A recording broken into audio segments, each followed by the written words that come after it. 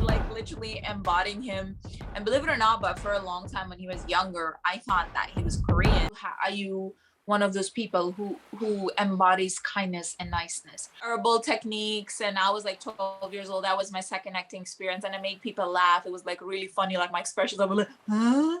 Like, you know, like, huh? Like, I used to do things like that. No matter where I get in life, I always want to appreciate the people who got me there. I'm like, no, I said, he's the sweetest person ever. He's so nice. No, he's not But sweet. it's just in real life, the emotions that you project have to be natural, that it doesn't come off as acting. It just feels like this is a natural person.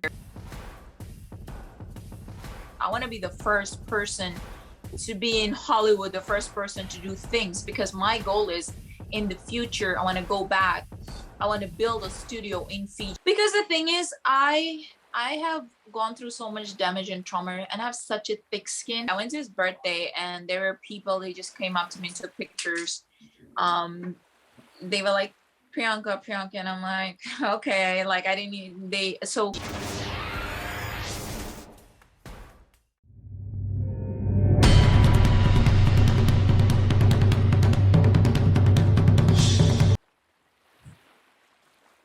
All right, good morning, everyone. Welcome back to my podcast.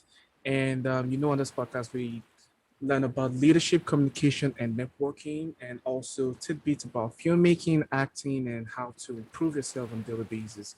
This morning, we have a special guest with us, all the way from Fiji to the United States. She's talented, she's good, she's outspoken, and you will be hearing from her by yourself.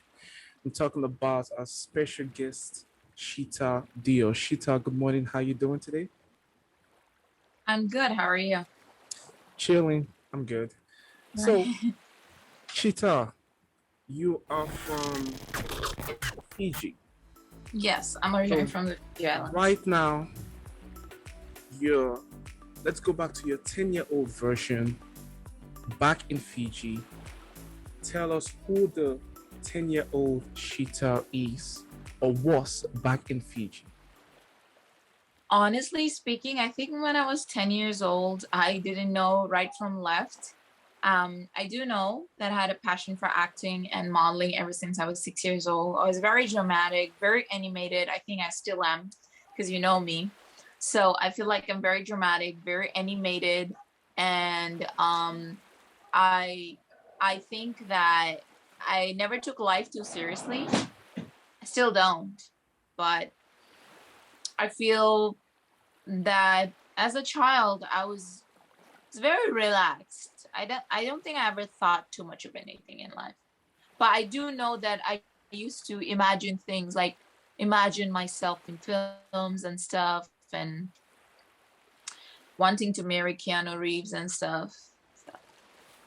Do you still want to marry Keanu Reeves? I mean, see, when you're 10 years old, you don't realize that someone is older. You know, you don't have the concept of age. I mean, now when I get older, I realize like he's like almost my father's age. So, I mean, who knows?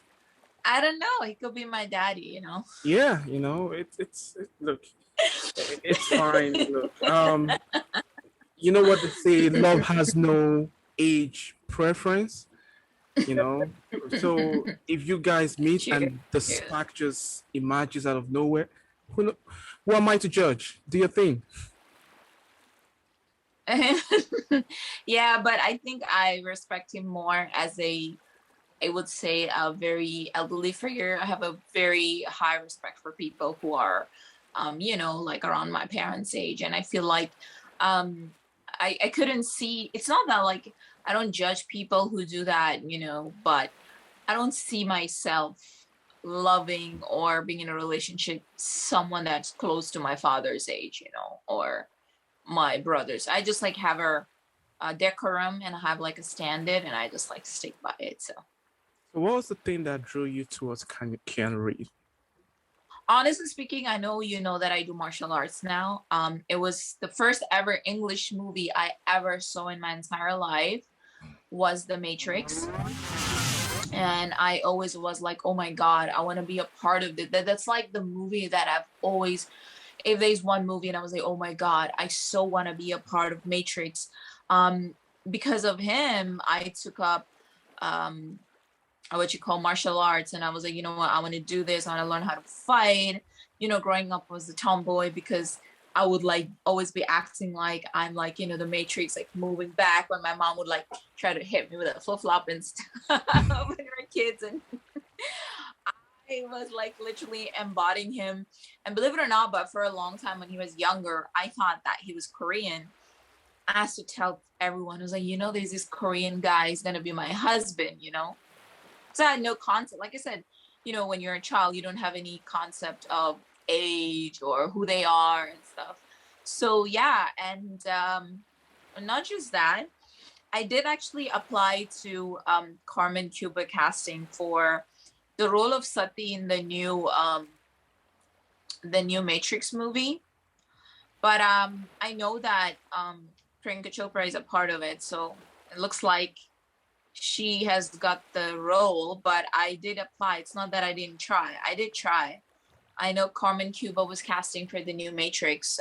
They already finished filming in New York, but hey, you win some, you lose some. But it is a dream, and I know I'm gonna accomplish it. It is because he is one of those people I've always wanted to work with.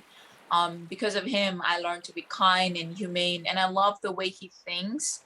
For me, the most attractive thing in a person is the mind. I love the way how intellectual he is. At the same time, he's very goofy, and then he embodies this kindness and this thing in his whole appearance and the way he talks to people, that cannot be matched by anybody. Actually, I feel like in Hollywood, the way he talks to people and he treats people, I think he is one of those people who embodies the true definition of that I am only here because of my fans. And I always say that no matter where I get in life, I always want to appreciate the people who got me there, because it is the audience that watches you. If there's no audience for you, there's nobody clapping for you, you're never going to make it.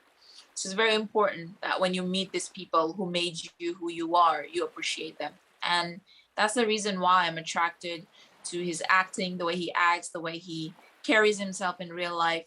I feel like a female embodiment of that nature. And that's why I like him. Interesting. And you mentioned Priyanka Chopra. What's wrong with me? Priyanka Chopra.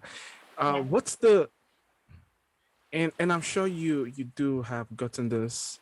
You've gotten it from people on several occasions that you have the resemblance. What's it like? Do you ever go to like the movie house? And someone just come to you and be like, sign my autograph, Priyanka? I went to Ice, Ice Tea and Coco, right? Ice Tea and Coco, right? I went to his birthday, and there were people, they just came up to me and took pictures. They were like, Priyanka, and I'm like, okay, like I didn't need that was like a while ago, I think 2 years ago, 2 or 3 years ago. And I was in the VIP with him, and I remember people coming up and taking my pictures. I mean, I'm not gonna say, so you have to understand that there's like a lot of people who look alike. Like, people say Zooey Deschanel, Katy Perry look alike, but they're two different people, right? Mm-hmm. Sorry. So in the same way, she has a certain standard for herself, where she came out of Bollywood and she's now fully transitioned into Hollywood. She's successful, she's amazing, she's out there, she does humanitarian work. Mm-hmm. And as you see, we always see that she gets a lot of hate, especially from her own people, but people don't realize what she has done, the successful transition. No Indian woman or ethnic woman has ever done it, Mm-hmm. So I think I would say personally, I look up to her, and I do get it. But the thing is, I even have had people say like, oh, you're trying to copy her. I said like, listen, darling, I don't know how to change my face. I was born with this face. You know it. I'm scared of needles. I'm never going to have surgery. My nose is different. I just want to say that this is ancestry, not surgery. This is Mm-hmm. my face. I'm from the Fiji Islands. I've Mm-hmm. always want to. She has a thing that she wanted the first Indian woman to do this from India.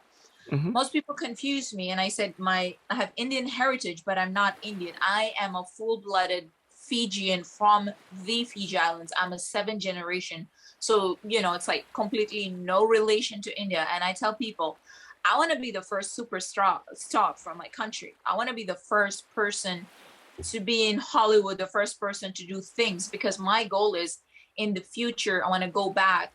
I want to build a studio in Fiji because there's like so many talented people in Fiji, and I don't want my country to just be known for Fiji water. What's funny is a lot of people don't know where Fiji is, and they're drinking Fiji water, and they're like, "Oh, I thought Fiji is just a name," and I'm like, "No, it's an actual place." Some people do, but other people are ignorant. It's America, so. Yeah. So It's interesting. yeah, so Fiji Island. yeah, it's between Australia and New Zealand. It's in What's the like Pacific. the population density? What's the size of the population over there? So the population actually keeps changing. Most people don't know, but we have a higher amount of Asians, as in mixture of Koreans, Asians as in South Asians, Chinese, big population, Indians, Fijians. So it's like a very multiracial country. Then we have like Germans, Australians. Fiji is basically like an easy vacation spots for people who live in New Zealand and Australia. They're always like bounce into Fiji like back and forth. Yeah. Is it Fiji. something? Is it closely related to Guyana? Because in Guyana, for example, there's like French Guyanese, Indian Guyanese, Asian Guyanese, Um, but it's a honestly, supremely small country. It's like the population is like 100 to 200,000 people in Guyana. so so the thing is, a lot of people also have told me that I look Guyanese. I get Arabian, I got a lot of Yeah, things. you look But Guyanese. yeah, You look Guyanese. yeah, I do get that. And then, so the thing is, back in during the indenture system, I think it was during 1940s to 1980s, they took indentured laborers, that means Indians, from India, upper states of Uttar Pradesh, Punjab, Haryana, Mumbai, Bombay, and a lot of people actually, when they knew that the British was that there was during the colonial system. So basically, what happens? There was an abolishment of slavery. So they came up with a new system where you sign a contract, which was basically a nice way of saying you're gonna be a slave, but we're gonna make it look like it was your choice. Get it?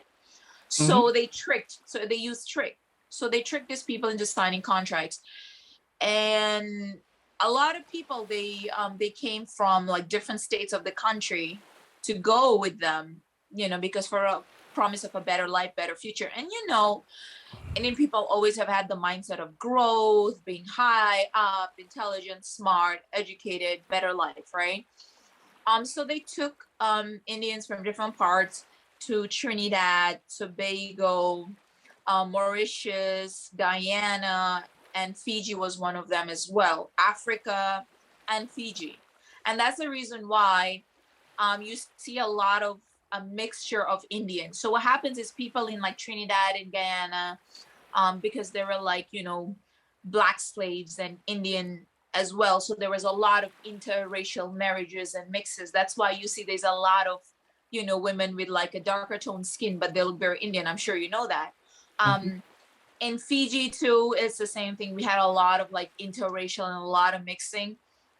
And like me personally, I'm a mixture of Malayali, which is South Indian, Punjabi, North Indian, and British. So what happens is there's like so much mixture that, which if it was in India would have never happened, because back then they had a caste system. So there was abolishment of a lot of good things came out of it. And I do feel like when there's a mixture, there's a lot more like good looking people and a lot more things happen. So I feel in that way, a lot of like greater things came out of it. And there was like dispersion. And I think, mixturing culture, if I look at it totally, I think if everybody does their ancestry, at some point in time where none of us are like pure blood. Okay, like I'm 100% African, or I'm 100% white, I'm 100%, you know. I think we all have like that mixture going in.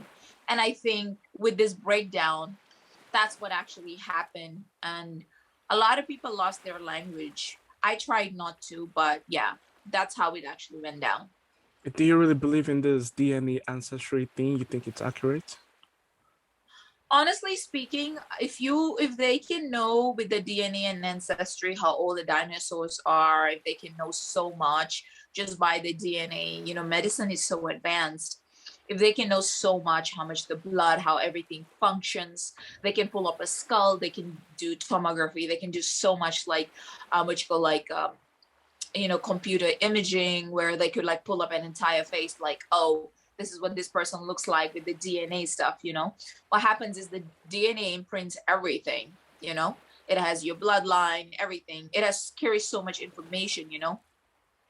It has more information. They said that like I think certain billions. So I definitely believe, yeah. Oh yeah. If they can have so much information come up with just those things, there's definitely 100% thing that yeah, DNA does work. And they do DNA and they also do carbon dating. You know what carbon dating is, right? No. So carbon dating is something that they do with like archaeologists to know how many years old something is, you know? Okay. So carbon dating, like when it happened, like, and that's how they know. And I do believe in ancestry and DNA because remember that our DNA is basically the building block of every human being. So without that, we would be nothing. And if DNA can carry information, if it can carry information on, you know, viruses, like, you know, when you get vaccinated, Mm-hmm. what happens is when you get vaccinated, your DNA has a memory. So definitely, if your DNA can have that memory, your DNA can also have the memory of your ancestry and where you came from and your bloodline, for sure, 100%. That's interesting though. But the whole ancestry DNA thing, I don't really buy into it because there was a time I know someone from like Nigeria did his DNA here in America, and it said something like he was from South Africa. So I was like, nah, maybe you have to like, for me, I'll have to like do like maybe like seven of those and then take an average. Now, if the average Honestly looks speaking, relative, then maybe I might be like, okay, so the it's thing close to being is, good. right, but you have to understand the thing is, they're the ones that you do online that you talk about your mom and dad were and stuff. But the actual accurate is when they actually draw your blood and then they take your DNA sample and then do it. That one costs more. That's the reason why, Like because how that one's much? I think it's like 1,000 something. Okay, The so that's really not the one I'm talking about. There's a device that they sell at the pharmacy. It's like $70. oh no. That's what I was talking about. But yeah, now let's say fast forward to like 6 months, and then you meet with Priyanka Chopra. How do you think the conversation would? What direction would the conversation go?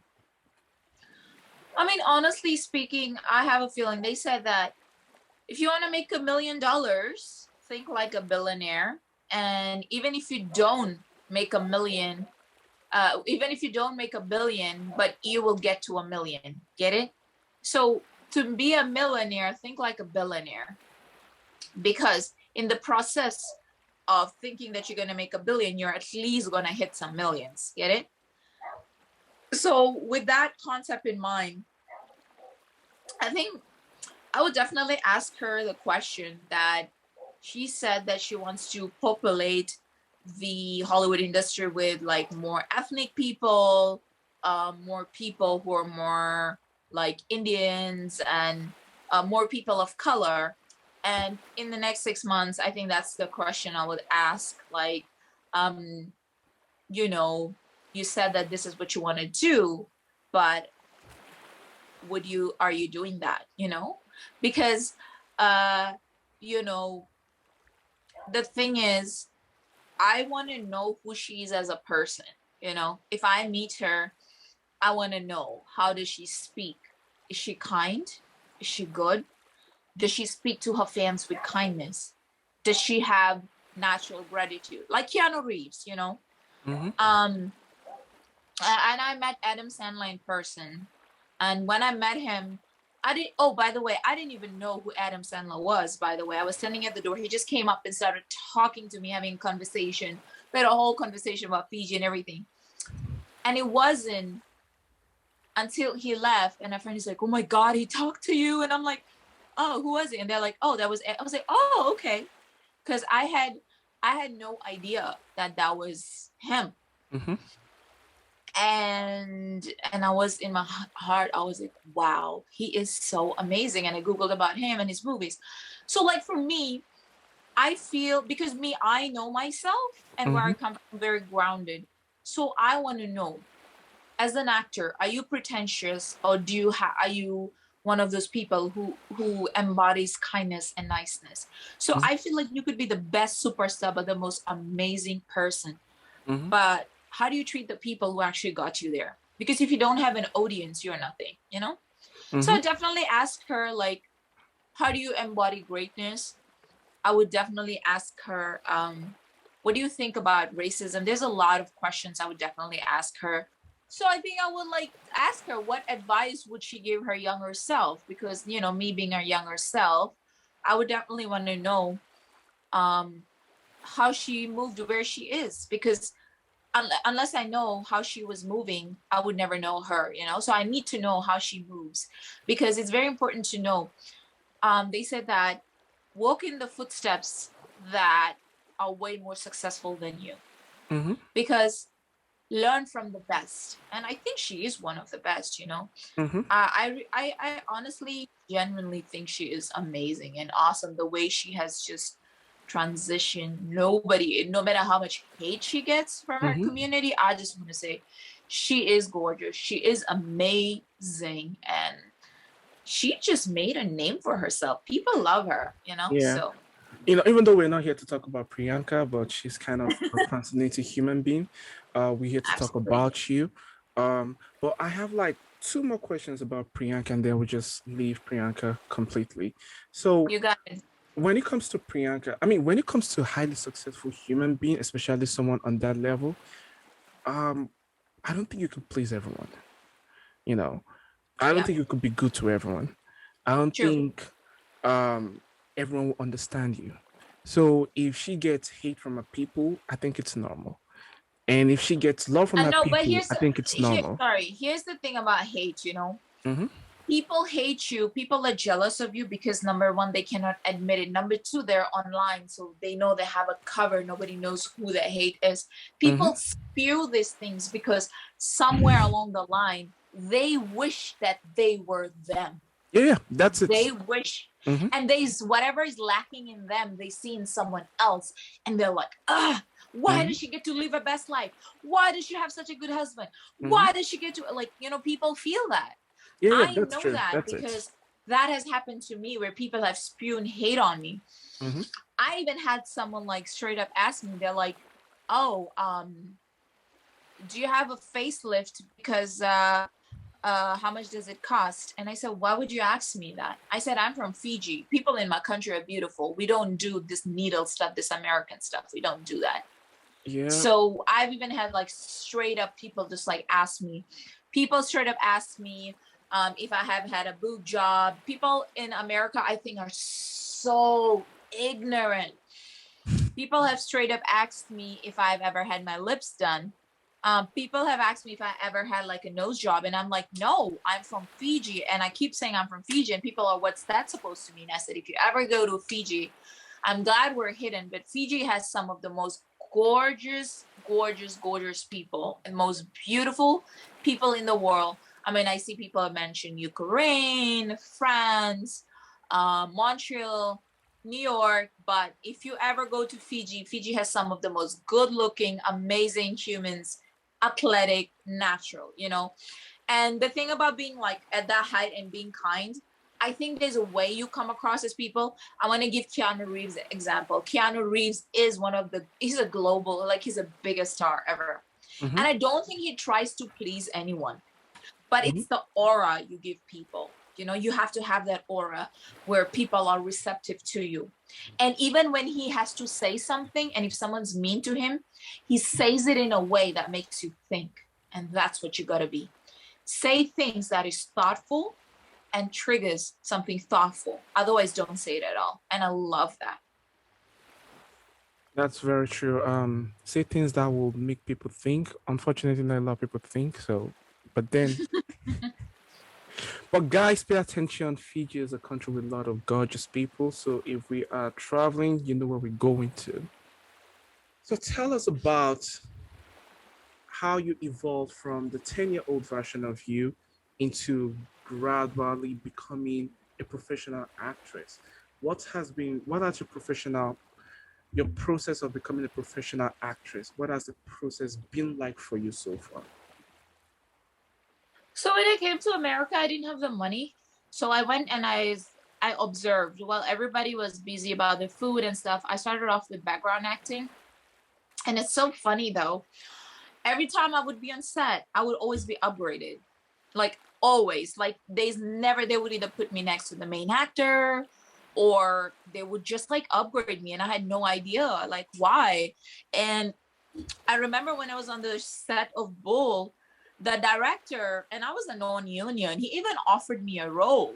Like I did one of the scenes for him, and he put me in like the front line, and then he offered me a role as a babysitter. But when I showed up, he said, this is the exact words he used. He said, I don't want you to outshine the main actor because we want someone ethnic, but we don't want someone looking very glamorous. I was like, okay, well, that's like a compliment, but you know, I would have wanted the role. So I didn't beg that role, but he said Crazy that, though. yeah, I went in, I did the audition and everything. I met the director face to face. That was my first, like from a non-union, just like about to be upgraded. The second one was for I think it was one of, I forgot his actor's name, but it was for to play a military personnel. They liked my physical appearance, and the thing is, I missed out on that because I didn't answer the phone. It's almost like God is putting me in the right direction. And then it wasn't until in Connecticut where I left home early, and then I was 1 hour late because there was a truck on fire, like legit. And I'm like, wow, why is it happening today? I arrived 1 hour late on set, and I was like, okay, they're going to fire me. They're going to send me home. It was a period piece. So, you know, they have to change your hair. You have a certain makeup. So it's a period piece. The assistant director was all over me, and she was so mad. She's like, your hair's not done, this and that. And every other person was giving me instructions. And I was just like listening to everybody, trying to like, you know, comprehend and like kind of get things out. And it so happened because I was rushing up and down. I walked in a major scene where the lady had a cut leg because it's a medical drama. I walked in a major scene because I was supposed to go upstairs, and I didn't know they were already filming. And as soon as I walked in set, the director saw me, and he asked the assistant director who was giving me a hard time. He's like, she's the girl you're talking about. And she's like, yeah. And I was like, oh, okay. So I thought they were talking about me like being late and all that. So I go in a room, and there's like 5 people, and I'm like, oh my God, okay, great. Well, you know, they're going to send me home and stuff. Next thing I know, they have a contract and a script for me. They upgraded me to play an actual doctor on The Good Nurse. So that's how I got my SAG. I have IMDb credit. I played an actual doctor, an actual show. And I was like, wow. And then is the same thing goes for Dr. Death with Alec Baldwin.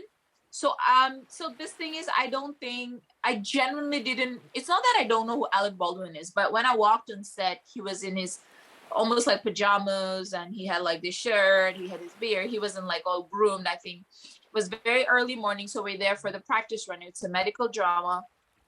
So I walk in, and you know, I have a medical background, right? I did a BSc in science and nursing, and I did respiratory therapy. So walking, and he's talking about this medical stuff, and he's saying like some of the things wrong.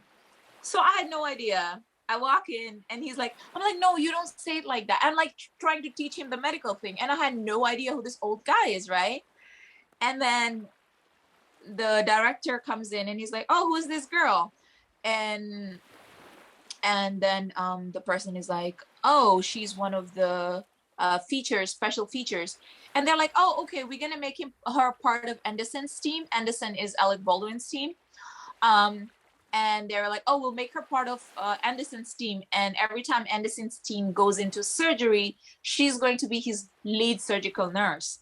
So I'll work for like the entire show as Henderson's lead nurse. So I work with Alec Baldwin like side by side, like every day for I think like I think 6 or 7 times. No, 6. No, yeah, 6 times we went. I worked in the scene on all his surgical scenes. So I was there like right next to him with him. And then, it's so funny. Yeah. I used to talk to him like all the time, every day. And it's just, and the first thing people ask me, like, oh, how is he? Is he mean? I don't know if he is mean. I'm like, no, I said, he's the sweetest person ever. He's so nice. No, he's not. But sweet. it's just, yeah. And it's just so nice that when I see that even like lead actors are not perfect, they can forget scripts and they can forget things too. It makes me feel good. Like, okay, it's okay not to be perfect, because Dapo, you know me personally, I'm a perfectionist. I want to do everything to the T. Yeah, we talk about that too. So, it's always good to find perfect imperfections. And I think that's how I got my SAG, actually. I think I was one of those people, I didn't have money, but I chose the smarter route. I was like, I'm not going to go to Film Academy and spend this much money. You know what I mean? Mm-hmm. I was like, here's the truth, Dapo. I know a lot of people from acting school who do not know how to act. The truth is, like Shakespeare said, this world is a theater and we're all actors, right? We all have our own stories. So either you're an actor or you're not. Over time, I developed skills. Like right now, I'm taking martial arts because I want to be like in action films. I'm pushing my boundaries. I want to join gymnastics so I can do flips. I'm learning dancing. I want to be that ultimate person that one day, just like, the director saw me, it could have been anybody, but he's like, this girl, like, it was my moment to shine. I got my SAG. For God's sake, I'm part of the guild. So it's the same thing. And it made me realize, because I always stood out from everybody, and I realized that there is something special about me. And when I do go on set, I always tell myself, like, I'm going to be noticed, like carrying that aura in you, like,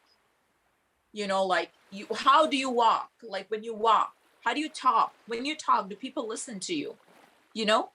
I don't know if you have noticed, but when you're talking, a lot of people are like, ads. Don't talk like that. Talk with confidence. Don't add those, exactly. Don't have fillers. Be confident when you speak. Make eye contact. How do you talk? How do you listen? Listen is like, we have 2 years, right now we're having an interview. So, we're to talk over each other and we kind of like try to get the point across. But in actuality, when someone's talking, mindful listening is very important. And I think that's how you get forward. And they say that no matter how good you are, even if you're better than the master, you never overshadow them. So that's what I do when you go on set. Listen and try to mold yourself into what they want, because they have a certain mold. And if you don't fit the mold, you're out. That's it. That's the goal. That's the key to be an actor. You have to be moldable.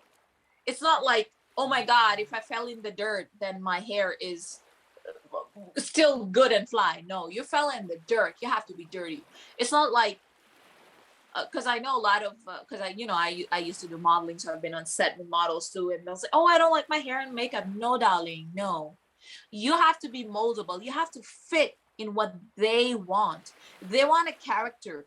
They don't want Sheetal Dio. They don't want me. They want Karen or Rachel or Trisha or whoever the actor is.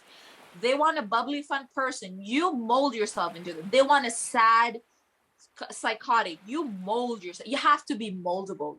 And the thing is, a lot of actors struggle with this. That's how a lot of actors struggle with emotions, is knowing when to tap out of that. Especially if you're playing something psychotic, like the Joker. The guy said it took him almost a year or something to tap out of the emotion, because he was so into the Joker, Ledger. Heath Ledger. He said it almost felt like he was that. So sometimes, like, all these emotions are within us. So sometimes you have to tap out of it, knowing when to, like the Meissner technique, knowing when to tap out of it, you know? And I feel ethnically, and you would agree with me, I feel like people who are of Indian descent, people who are of African descent have an easier time tapping out of it because we've gone through so much shit growing up. Our parents have said so much things to us, you know? Most people don't know this, but when you have a negative self-talk, it's actually the thing behind your brain. Think about it. The things that your parents used to say to you is the negative self-talk. Because remember, those things you didn't know. Those things came about because of what you heard, and your brain has analyzed that. And that is the reason why I always say this. People can agree, call me whatever you want, call me racist, whatever you want.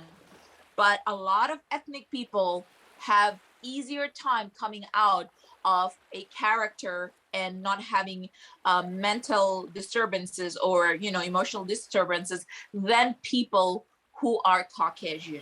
Because Caucasians growing up, they didn't deal with the things we dealt with. You know what I mean? Mm-hmm. Our parents, the things they used to, we were never good enough, the things they used to say to us, they used to beat us with whatever they found, stick, wire, spoon, you know what I mean? So it's like you build thick skin, you know? So like little things like, oh, going in and out of character is like, so it's like that. But I have noticed this, and this is a fact, and people will tell me that a lot of, you know, there are some Caucasians who do because they had things happen in their life.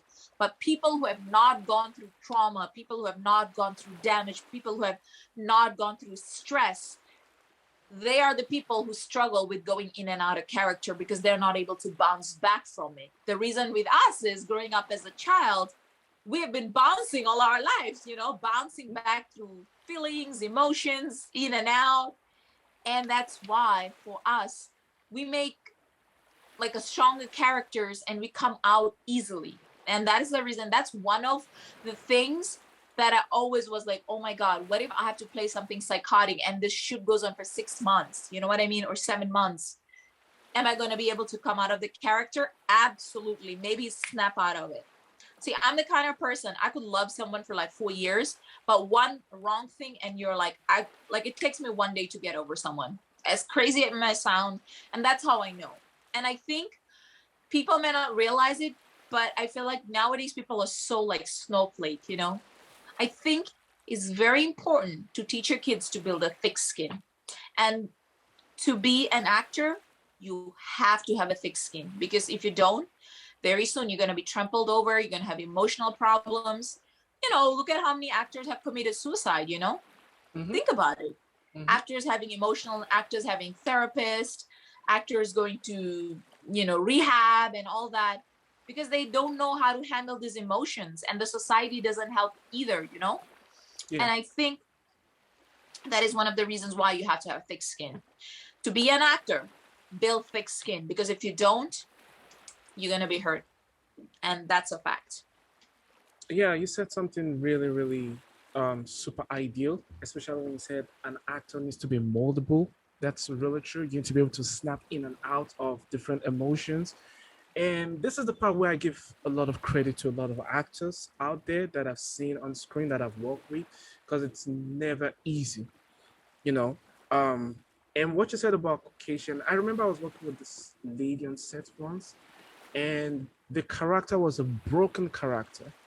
But this lady is a strong woman, and she would come on set and she would give me this strong version. And I'm like, okay, this character is a broken woman, but she couldn't relate. She is great at what she does, but she couldn't relate with the character because that is because of the fact that this is what she knows, this is what she's used to. So she couldn't relate to that much brokenness. So she couldn't go into that emotional space and then come out of it. So an actor needs to be like, you know, flexible, adjustable, be able to be the character and bring out exactly what, you know, what fits the story, the character that really fits the story. Um, that's a very good thing that I think most young actors should really pick up and you know, use on their way up to the on their way of growing up. So tell me about your very first acting experience? What was it like? Your very first acting experience? Did you? Oh my God. Okay, This quick is, question. Did you what? Did you also do stage acting, or you were just yeah, you yeah, were yeah, acting? yeah. I did. Okay. I worked in Hamlet. I don't really remember. And Oh, then Hamlet is my favorite. What did you? What was your role in Hamlet? I think it was, that lady, the witch, she Mm-hmm. had like a long line that Mm-hmm. memorized. I don't remember it right now. So I played the witch and how she, and then she like kills or does something in front of the king or something like Mm-hmm. that. Mm-hmm. I don't really remember, but that was my first acting experience on stage. Oh wait, I take it back. The first one was when I was like 6 years old, The Good Mother and the Bad Mother. 6 years old. And yeah, and it was on stage. And the thing is, I was supposed to play the good mother, but then I was so good at playing bad, my teacher was like, oh no, you're going to be the bad mother. So I played the bad mother and whose baby it was, and then we take the baby in front of the king, I remember.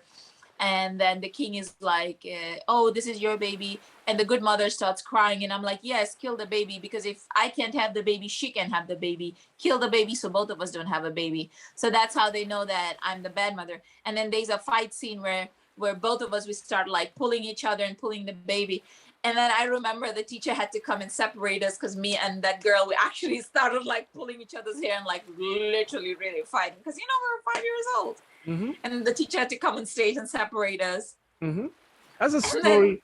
That's like it's like it's a story of King Solomon in the Bible. I think so, it was something like that. And then I think Yeah. the next one I did was of comedy, like Doctor Strange. It was called Doctor Strange in Hindi, but it was about this doctor who uses all this like herbal techniques. And I was like 12 years old. That was my second acting experience, and I made people laugh. It was like really funny, like my expressions. I was like, huh? Like, like, huh? Like, I used to do things like that. I'm saying, like, I'm moldable. I'm very moldable. So like I remember, and like people were hysterical because they thought I was so funny. Mm-hmm. And so that was the second one. And then I think I did Hamlet. I did a few stage plays. I don't remember all of them. And then I used to like dance. And then in America, I think I did it for a student film, was my first acting experience. But it was a Indian girl who was making film about hair, and I did like this entire film for her. But I didn't really like the way she was speaking, and I even told her, I said, you're a director. Even if I'm like late or anything, I said, you have to understand, I drove 3.5 hours. I remember I drove 3.5 hours. I said, just be careful that I made it to set. She's like, oh, if you don't make it in the next 30 minutes, I'm going to replace you. I said, ma'am, if you're a professional, you don't do that. I said, we decided, I said, this is a student film. You're not paying me. And the fact that because you liked my acting and I'm still coming. And she was only like, I think 19 years old. I said, I'm older than you. And I don't want to put that, but this is very disrespectful what you're saying to me right now. Knowing the fact that I'm driving 3.5 hours, I'm paying my own gas. It's going to be a 7-hour drive because it's 3.5 and 3.5 back. You chose the location, and I clearly said if it was in Manhattan, it's good, but you said you tried to do something that was convenient for you. So one thing I don't like is when people are disrespectful, because I'm not disrespectful. But if you're disrespectful, I'll be disrespectful. I will match your energy. That's just me. I'll match your energy. You give me shit, I will amplify it times 10, give it back Oh to you. Lord. I So can I find remember shit. I did the film for her, and I didn't make it on time because, like, traffic. I can't control that. Sorry. Even if I leave early, I live in Long Island. People know about Long Island. I had to cross 3 expressways to get to there. There are 3 freeways. So she said I had another girl play the lead, and then after that she writes this long email about professionalism, and I said, ma'am, when you become a big director and talk, and that's maybe when you will realize how you need to speak to your actors, because remember, your actors make your movie. Mm-hmm. And I said, I didn't pick you, you picked me. And if you do not have the patience, you can never make a good movie. Sometimes you have to have patience for good things to I told her, I said, for good things to happen, you have to have patience. If you learn I told patience her from me. patience. Yeah. Oh yeah. But that's the thing with me is it's not that I am disrespectful, and I always tell these people, it's not that I don't answer my phone, but I have some, and this, Dapo, I have a million things going on because I am one person. I cannot sit still. I have to be doing something. I get agitated. Like I'm so like, I need to get to the top. I need to get to the top. Like I have so much on my shoulders, I need to be up there. And if I'm working hard towards it, I want people to see that, recognize that.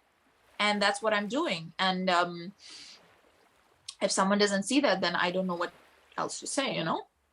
Yeah, yeah. You come across people like that, actors, directors. Um, Professionalism is one of the key things in this industry, Exactly. and also understanding people. It's difficult sometimes, working with Yeah, people. true.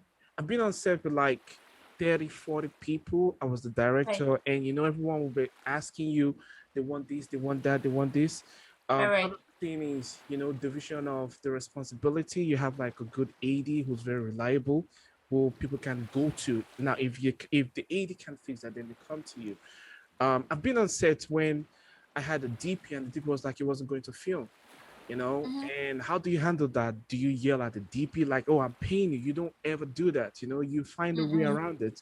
Um, and that's where patience comes in. True, Actors will true. tell you, oh, I've been super lucky to work with a lot of professional actors and actresses. And when they come on set, they act very professional. I've never had a problem with a talent.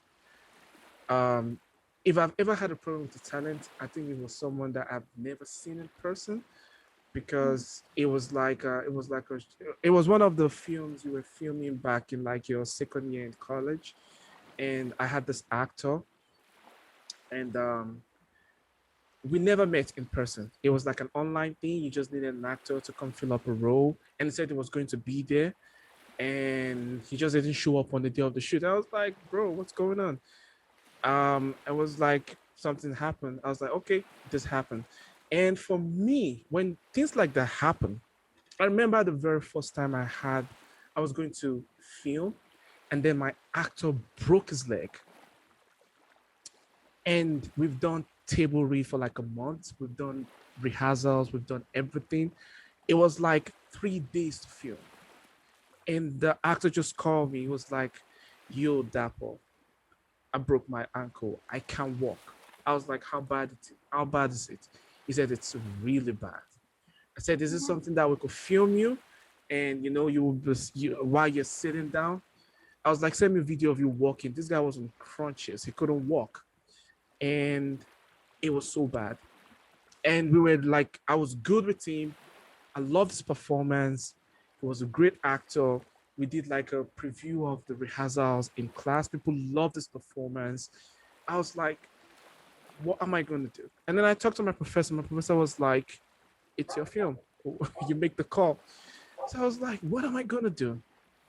So I went back to all the audition tapes, and um, I was just going through different performances, and I just made a phone call, and I was able to find someone else to come and sit. So I had a conversation with the actor, and it was perfectly okay with that, because nothing could be done in this scenario. So those are like the extreme situations that I've gone through.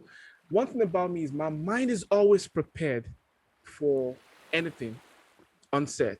If things go south, I'm always thinking of, okay, we can handle this without a conflict. Like, just everything is just to make sure there's no form of conflict on set. I don't want to be bumping heads with anyone or any form of negative energy on set. So keeping things extremely professional is important while on set. For me, I think communication is big with me as a director, as an actor.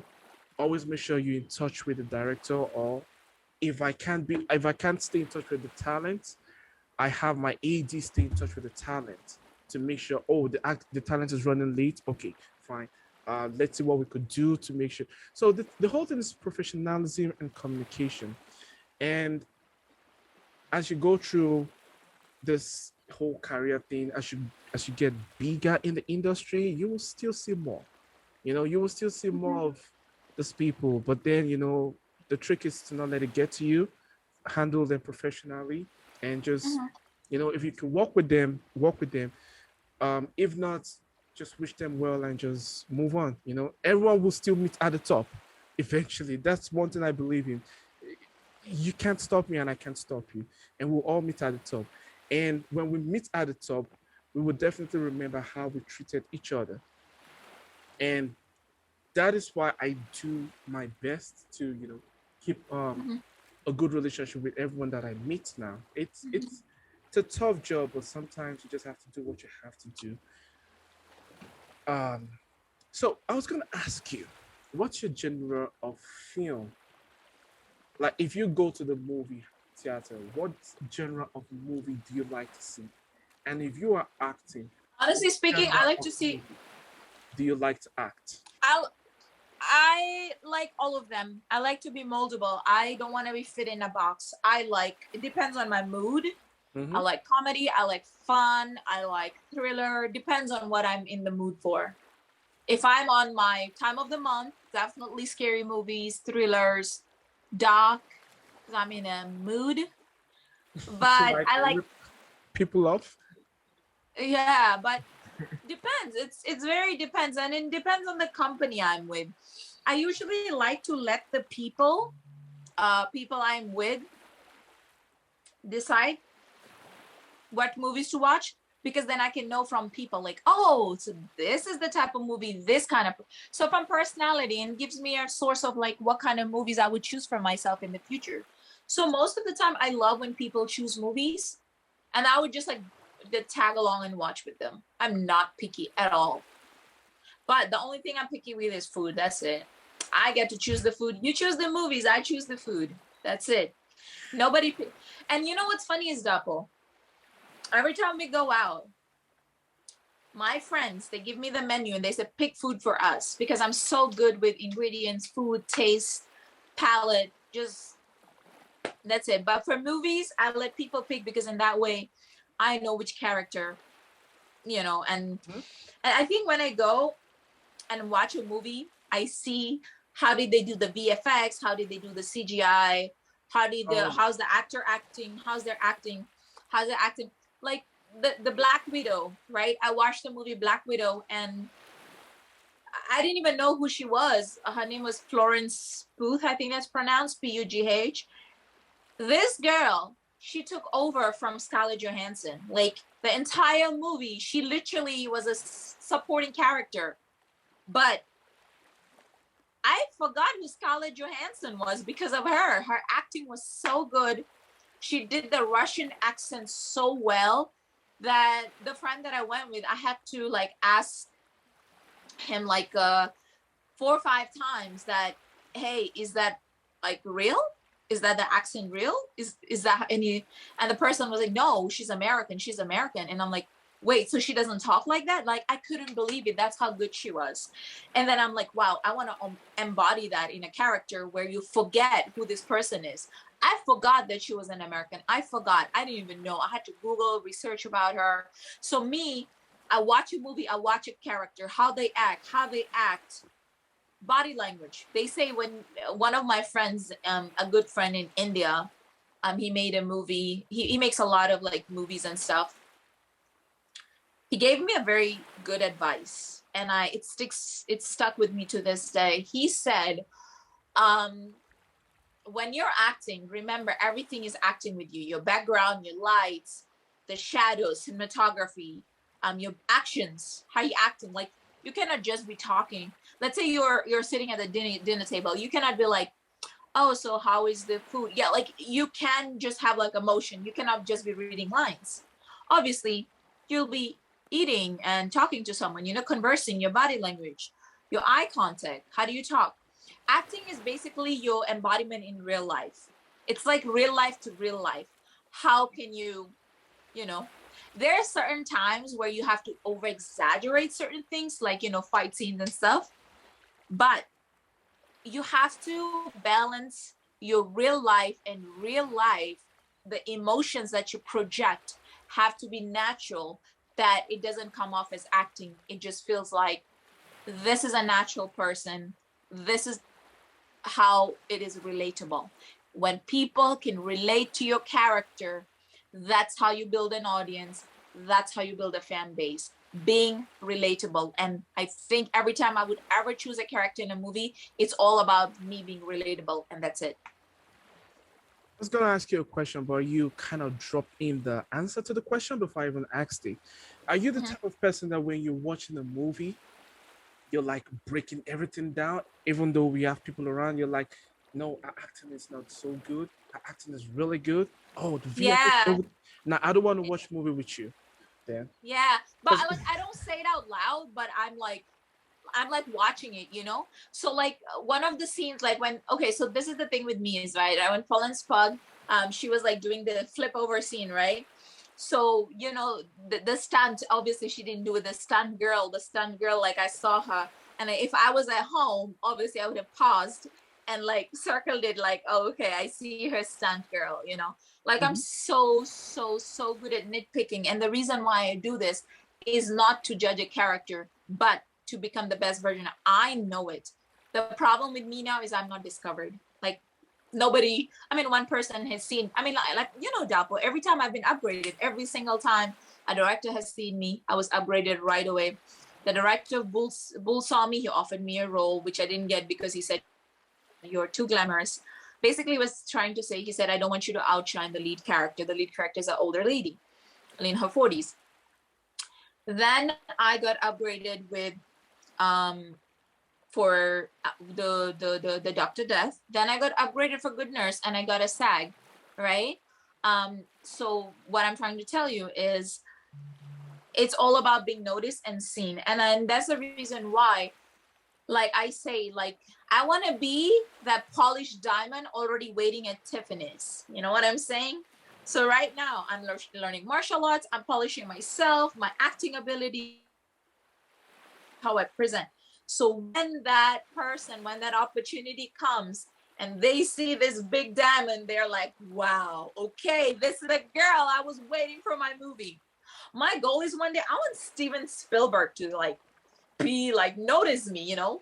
I love Steven Spielberg. I want to be like, you know what? I want him to one day notice me. He's literally, I don't know. I just hope that one day he notices me. I don't know how, maybe he could just be eating a Subway and I walk into him or run into him, but Steven Spielberg is one person I by the way, you asked about genre, and I love sci-fi. Like I love Star Wars, Mandalorian. I love sci-fi. I want to be in some movie like alien movie or something, like, you know, the clouds open and aliens come and things like that. Like that's my shit. Like shit. What's your favorite sci-fi movie so far?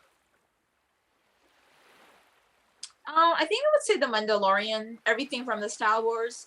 And then I saw this alien invasion movie. I forgot. It has where the guy goes in the future and he meets his daughter. I don't know what it's called, but it was a good movie. Interstellar is a good one too. I don't remember, but it was something. I forgot. It has Chris Pratt in it. Oh. It was, yeah, it's very recent. But yeah, I like sci-fi. I've always loved sci-fi. Told you, but the first movie I saw was Matrix. And for me, my favorite movie of all time, Matrix is always going to be my favorite movie. Nothing can top that. It's my dream. It has been my dream to be part of Matrix. It's been my dream. Matrix is not just a movie to me. Matrix is like is a game changer in the movie industry. Exactly. It's a real life situation. It's like simulation. It kind of depicts the game change. Like you could watch, the first one was done like 21 years ago, and you could still watch it and still be like, this was done 21 years ago. Exactly. You know, that's the kind of feel you get from Matrix. Yeah. So what's the most challenging role you've ever had to take that, you know, kind of forced you to push the boundaries, and how were you able to, you know, to embody? Honestly speaking, that role has not arrived yet. Why do you wanted to say your movie? No.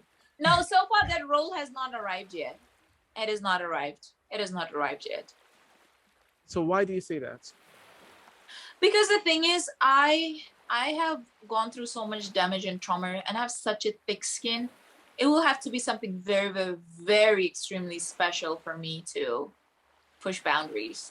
Like, I don't know, maybe if I have to lose like 15 pounds to play a drug addict or something like really crazy. Wow, so Take the Bait didn't force you to push your boundaries? I mean, I nothing has really pushed my boundaries yet. We gotta get you some cocaine and get you sniffing cocaine on screen and be like, No, nothing has really pushed my boundaries because I'm molded into every acting character. okay, so there's this notion of there's this thing about this. It's like a huge situation that I see on film, whereby you see people complain about, oh, this director, he's so for example, if you are, it's this thing with people of color in film. So when you see like a director, he wants to like do a film for, okay, let's say, let me look for a specific example, like this movie, um this Egyptian movie. I've forgotten the title. It's like, it was like 5 years ago. So, for example, they were going to create movies about Egyptians, and there's this notion that Egyptians are black, but then the director used white people. So they said, okay, now they are whitewashing the culture. So there's this whole situation of directors using, maybe, for example, a white actor in, let's say, a Here's the give me thing. 1 second. Let me finish this real quick. Yeah. A Latino movie, and you see people say things like the director is an asshole, whatever, blah blah blah. That he should have used someone from that region for that specific role. What's your take on that? Do you think directors should like use people from that specific region? Exactly. 100%. 100%. Because the thing is, that's what makes a movie believable. You know what I'm saying? Like, Egyptians, they have more Arab features. They look more like us. Mm-hmm. And it's true. Egyptians are a little bit more dark. And you've seen Egyptian women are so gorgeous. Egyptian women have more Arab eyes. Egyptians and Indians, like, and Pakistanis, Arabs, they look similar. You can't use white people for that. Like, what is wrong with you? You know what I'm saying? Mm-hmm. It's true. I agree 100%. It's not about using people of color or it's a racist thing. No, you want your movie relatable, look real, use the people. Mm-hmm. Use the people, like, use the people who make the character, because remember, you're spending millions and millions of dollars on your movie. Like, what are you doing? Come on. Every casting that you do. Have you seen Tropic Thunder? No, I haven't. Have you heard about it? No. Okay, so I can't really go deep into it. But Tropic Thunder is a movie whereby Robert Downey Jr. acted a black man's role. So he had to like paint his face, and he and the director got a lot of backlash that he should have used a black person in this role. But other than that, his acting was amazing. The movie is so good.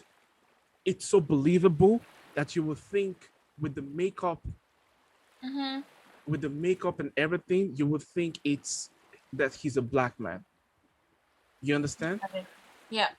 So for me, when it comes to acting, acting is a profession whereby you expect someone to embody a character. And I don't think that should have to do with where you're from. If you're black or you're white and you can embody a character and you do it better than every other person, I think the role should be for you, regardless of where you're from. No, I do agree that the casting directors make most of their, like, who you cast. Because remember, if you're from Egypt, there's so many actors who don't get a chance. And you have to play the character from the region if you want to be believable. You can do anything, but at the end of the day, you have to cast an actor. Like what's that movie, Wakanda? What was the name of the movie? Black Panther. Black Panther. It was in Africa. Imagine if you like put white people in Africa. No, You know what I'm no. saying? What we're saying is What I'm saying is if you're in Egypt. Egypt, use Egyptians. You're, South Africa is a mixed place. They do have like, white people, but that's in just the city area or not in the really, really rurals. But you just got to kind of understand, you got to cast a character. Like I would say this, right? So I'm like a straight person, but people might be like, and let's say I get to a chance to play a somebody from the LGBTQ community, like be a lesbian or something. That's a challenging character. People looking from outside, oh, why did you could have used a lesbian? I mean, it is easy for a person who's part of the LGBTQ to play that character, but someone who is not, that's a challenge. You have to understand from the actor's perspective. For an actor, this is a challenge, and that's why she took it up. Not because, so in that way, sometimes, listen, you cannot please everybody. You just have to do what you got to do to make it work.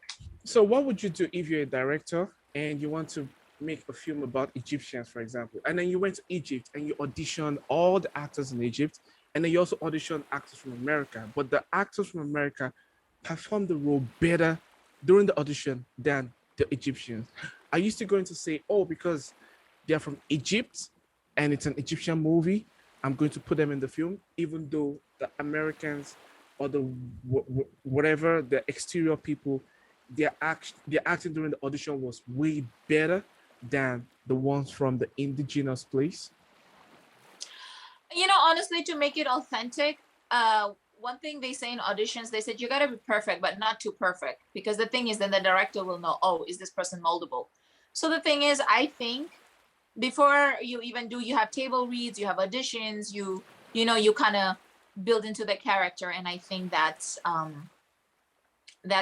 I would definitely use the Egyptians, because then that will be more relatable. Because remember, at the end of the day, it's the audience that decides. No, it's not about, like, for the lead actors, I would consider, because the pool of actors in America is large for lead actors. But if you're talking about supporting roles or anything, well, maybe supporting roles, but definitely taking the Egyptians. I'm taking the people from that area. Yeah, I think the best guy should still take the role. That's why you leave it on the table for people to audition for the role and let the best guy take the role. That's just my exactly. So let's talk about. Did you get my message? I sent you a message. I got your message. Let's talk about Take the Bait real quick. What was your experience on Take the Bait, and what do you want people to look for in the film? Take the Bait was definitely something like relatable to my life, because I used to be a nurse and all that stuff. I think what people need to take away from this is that you cannot judge a book by its cover. You have to understand that there are people out there who have certain traumas, certain pasts, and you have to be very careful when you're out there. Never underestimate the person in front of you, because, like they say, never underestimate your opponent. And I think that's what you learn from it. It's one of the biggest lessons. Like, never underestimate your opponent. You don't know who is who. You cannot know just the person by face value. They could be the most beautiful, amazing person, but unless you get to see the person, meet the person, you don't know what they're all about. So it's very important to know a person before you commit in real life as well. Like, it's like you cannot know a person just by face value. Like right now, online dating is so fast, and people are like, jumping from here to there, leaving a lot of broken glasses, and then everybody's touching everyone, everyone's getting hurt. I think the Take the Bait is telling you, like, hey, before you get hurt, know your boundaries, know what you're all about, what it could be that the killer could be killed, what if two killers meet? What if what happens when two psychos meet? What if two broken people meet? What happens? It's like you both get hurt in the same way. It's like a depiction of real life. When in real life, two broken people meet, there's more toxicity. We're just filling up the air with toxic, nerves. And I think that's what Take the Bait is about. Like, are you ready to take the bait? Are you ready to accept that toxicity again? Are you? And at the end, we see that evolve into something much bigger and greater, and possibility of something like that could even happen. And people don't think about it. And I think Take the Bait puts it into perspective, like, hey, something irrational and something bizarre like this can also happen. just because you decided to make this decision. And I think that's what Take the Bait is about. I think I summed up the whole thing in that. I'll leave that to the audience. So do you have any project you're working on right now that you want people to look forward to? Honestly speaking, I just signed an NDA, so I can't tell about it. But of course, everything comes out in the public and you'll see. And people will see. So guys, look out, keep your eyes glued to your screen. The next big thing on the screen right there. Do you have any final parting words? Favorite quotes that you'd like to share with us? I just want to tell people that it's not about the hardest person who works the hardest or person who works the smartest. It's about the person who's always hungry. How hungry are you? Because when you're hungry, that's when you find food. That's when you go out searching. And if you're always hungry, you're always going to go out and look for opportunities. So I always tell people, stay hungry, my friends, because unless you're hungry, you're not going to go out and seek for opportunities. Don't think you got something. There's a bigger mountain. There's a bigger mountain. Keep climbing the mountain. Always be very nice, very kind to people, because remember, I love what Gigi Hadid said.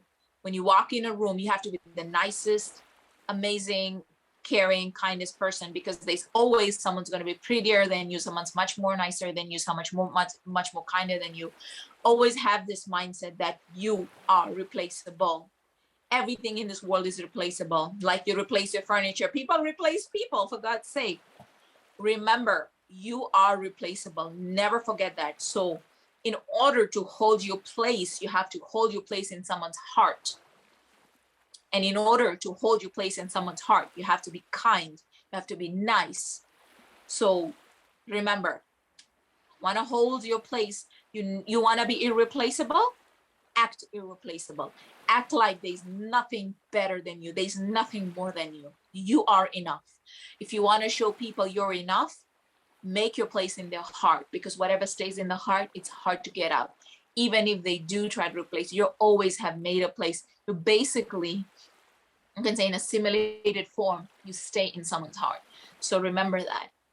Always be nice, be kind, be the hardest working person in that room, and always value people over anything else. Because if you value, whatever you give is what you're going to get.